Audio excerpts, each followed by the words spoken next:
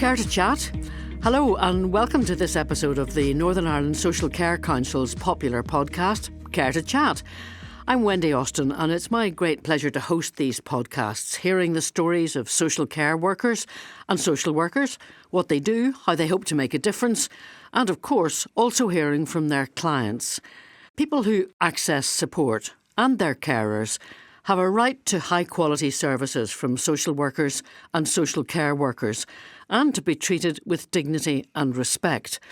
One way to ensure that that prevails is to listen to their experiences, and that's where the Social Care Council's Participation Partnership comes into play.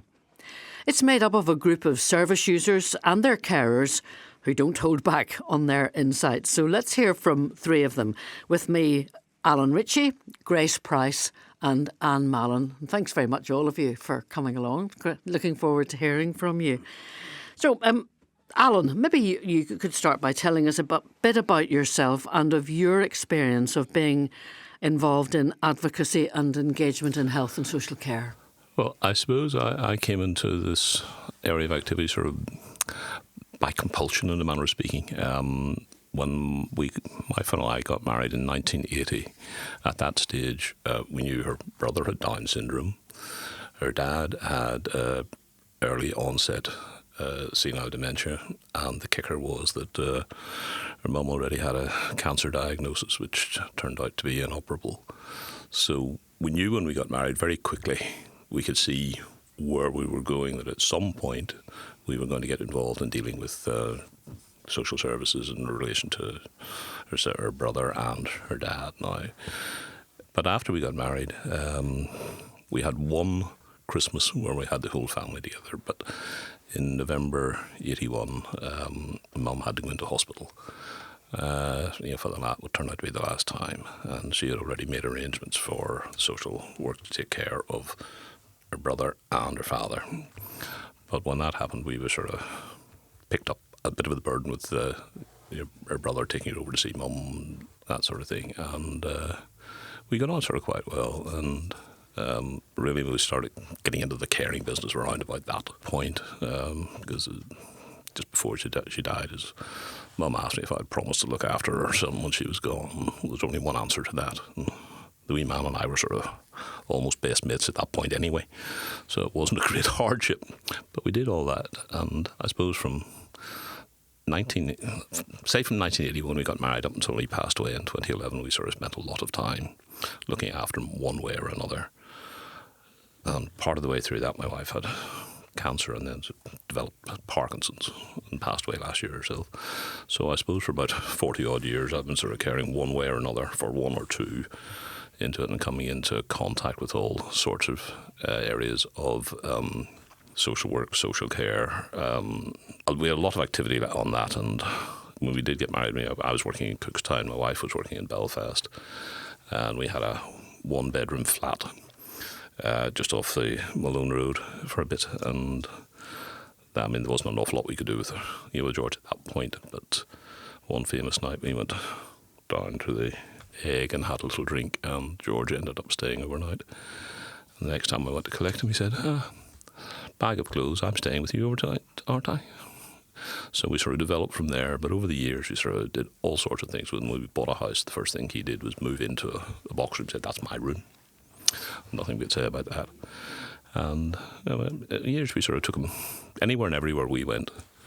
He went. That was as simple as that. Now that was, the early and mid 80s, which I suppose a lot of people wouldn't necessarily have seen people like with Down syndrome around the place, but we were sort of fairly regular down in the Egg, and not necessarily the Bolt, but down in the Egg and the Boat Club and Shane Park and places like that. And everywhere we went, he went and he enjoyed it. So we got a good a good setup going for us. We ended up taking him on holidays over the years to Canada, to Las Vegas, Slovenia and various other things. And most of the time he was a very happy, nice, quiet, cheerful little fellow. We always enjoyed his company. But when he was in sort of the institutional care, which is sort of a residential unit as opposed to some of the more nursing home places, there were odd problems that cropped up in it, and most of them I felt were really down to lack of understanding and lack of communication with him rather than anything sort of malign or malignant. But the system just didn't seem to recognise a role for carers back in those days. I challenged a consultant psychiatrist and sort of shocked everyone because I said, no, you're wrong.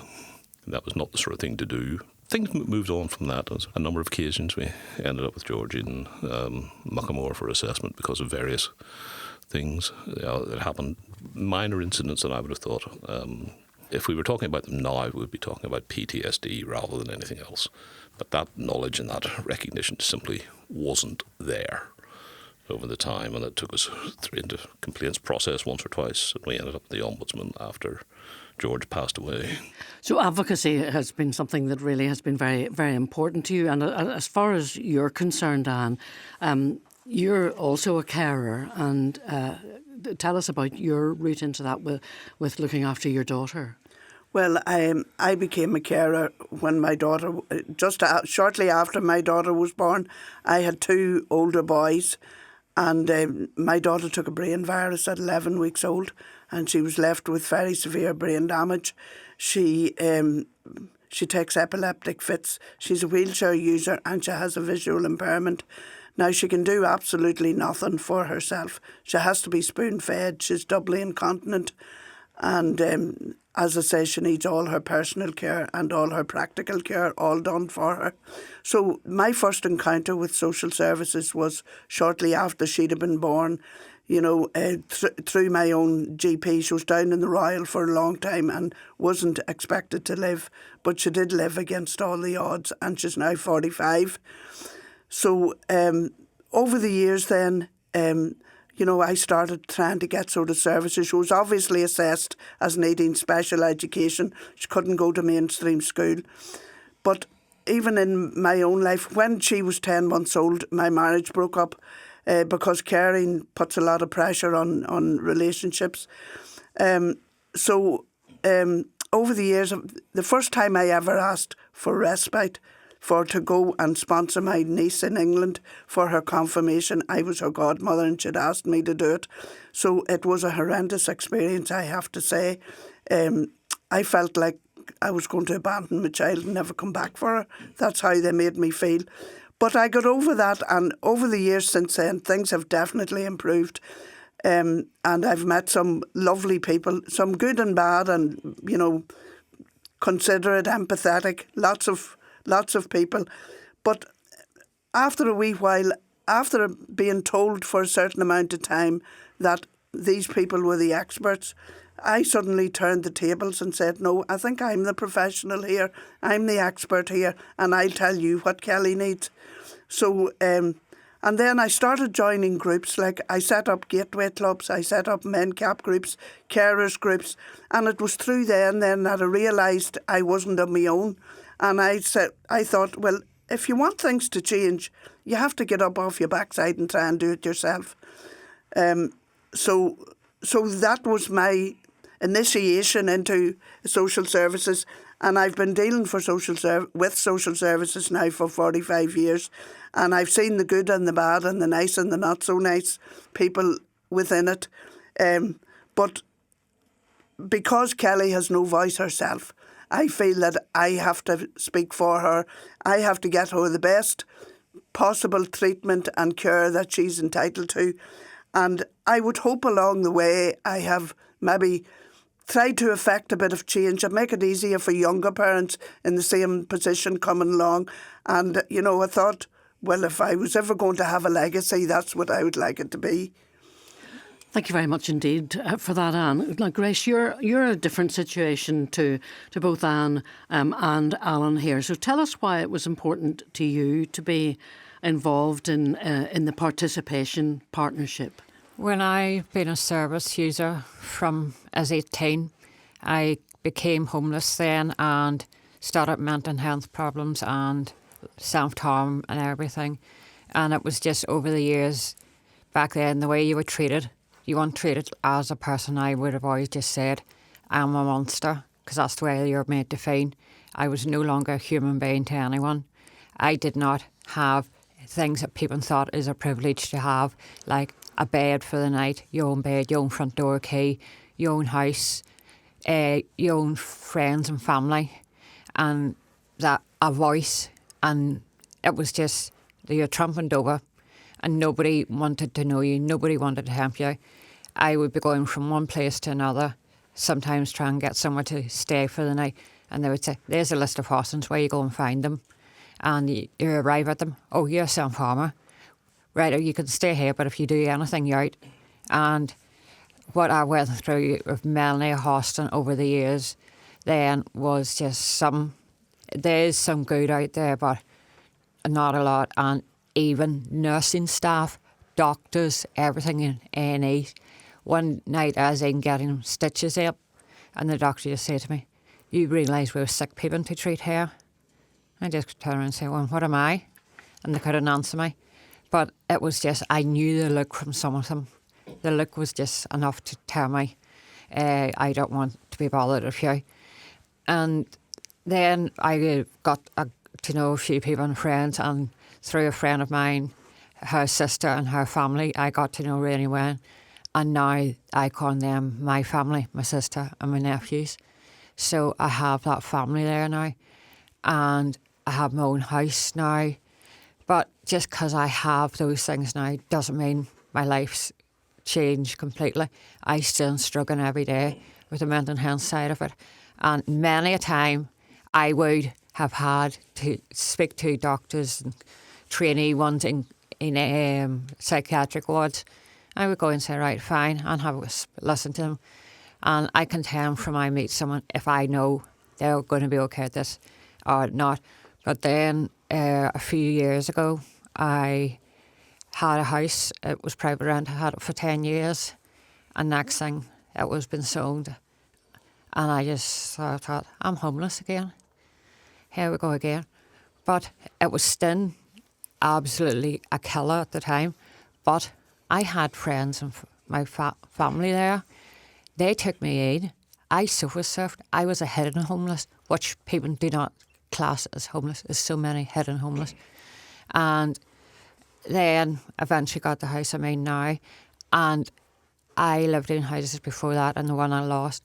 And they were the only two I ever called home, because I could not call any of the other houses I was in home because I didn't find secure in them. So it's not for me I'm doing this. I want to make changes for the better. I want people to be treated better than what I was treated. And people to understand we are a person. We're not just your number and your notes. We just don't need to be wrote down so they'll come along and say, all right, I'm a new worker. If you tell me about everything about you, I was going, you have all the notes in front of you. Just read them. Just listen and let me have a voice. And I must say, through a good friend of mine that I do things with, give me a voice to be able to say how I am. And I would do speak about being homeless and self-harm. But it's nothing wrong with it. And why make us look as we're offering people what nobody knows who could happen to? And well, it's important to have that voice, isn't it? And I wonder, Anne, I mean, do you feel that is a sort of two-way process? I mean, you said that you reckon that you said at one point, well, actually, I'm the expert here. You know, I look after Kelly. I know what she needs. Is it a two-way street? Does it work? Have there been changes that you've been able to affect, and have they listened as far as the care of your daughter is concerned? Yes, well, I think over the years maybe my attitude had to change a bit as well. You know, instead of me sort of looking up and thinking, oh, they haven't done this, they haven't done that, I sort of thought, well, I'll try and do that myself, and I'll try and, you know, contact people and join groups, and if I want that done, I might have to do it myself. Can't expect social services to do everything.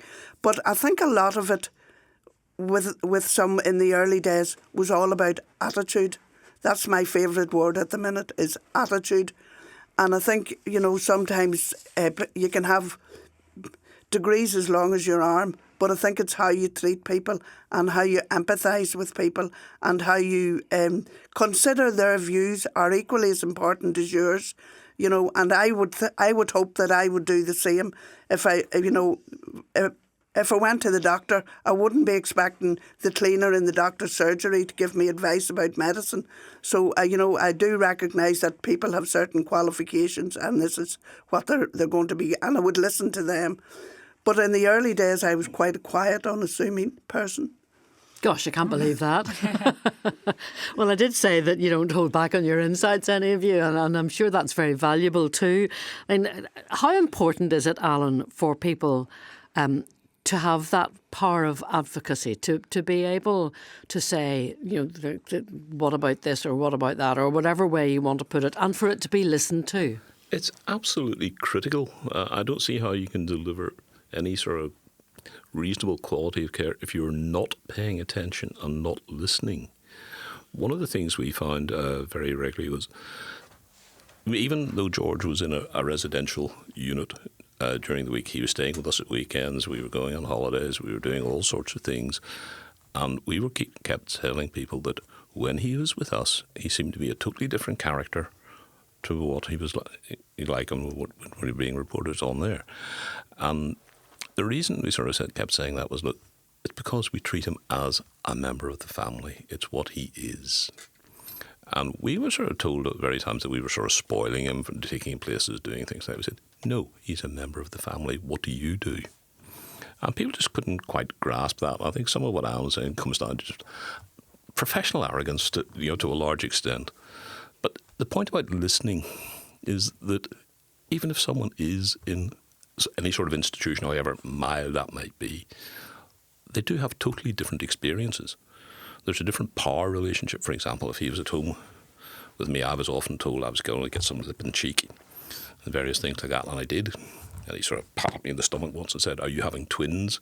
Things like that, that he wouldn't get away with, in the day centre. In fact, he did it one day, and I got an anguished phone call saying they're going to make an urgent referral to Muckamore because he was having delusions. And I'll not tell you what I said, but it wasn't terribly polite, but I think they got the message that we had a daily contact diary going between us. I said, just read the book. Well, more or less what I said. But just a totally different context in your life. He would have quite happily, if he'd met you down in the egg, he'd have been quite happily chatting away to you if he met you in his day centre. But it'd be a different, a more wary, because there were people there had power over him. They told him where he was going, what he was doing. He didn't have the freedom necessarily to make up his own mind. So listening, as we did, and we're learning what he wanted to do and telling people how to do it, it upset some people. But at the end of the day, when they sort of came around to sort of our way of doing things, they suddenly found that he was a different character, where they were having some difficulties with him. We were never having difficulty, and we were taking him in sort of situations which could have been, let's say, stressful. There's no doubt about it. I think a 7-hour flight to Canada is stressful enough without anything else. But we did things like that, and we just did it differently, and we approached it differently. And a lot of our contact and advocacy was face to face with people at case review meetings and episodes like that. And we sort of, I suppose, after a certain point, we stopped treating them with kid gloves. We just went for them and said, "Look, you're wrong. That's it." And George ended up living with us at various times. There were some of the best days of his life, and we sort of argued with people about long-term medication. There was always a thought that if anything happened in a day centre where learning disability people, the solution was psychiatric and it needed medication. It just needed a bit of care, attention, a bit of give and take. That's all. That's all we were doing, and we were managing it quite happily.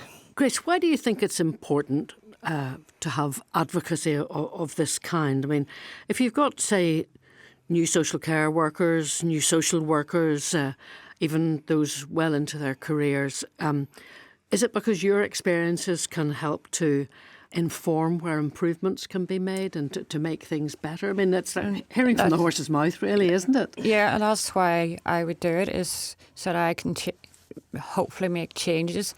It's not for me, it's for them to improve. And some of them are doing the right way. And there's things that don't need change. There's a lot that need change. And people say they're changing a lot towards mental health.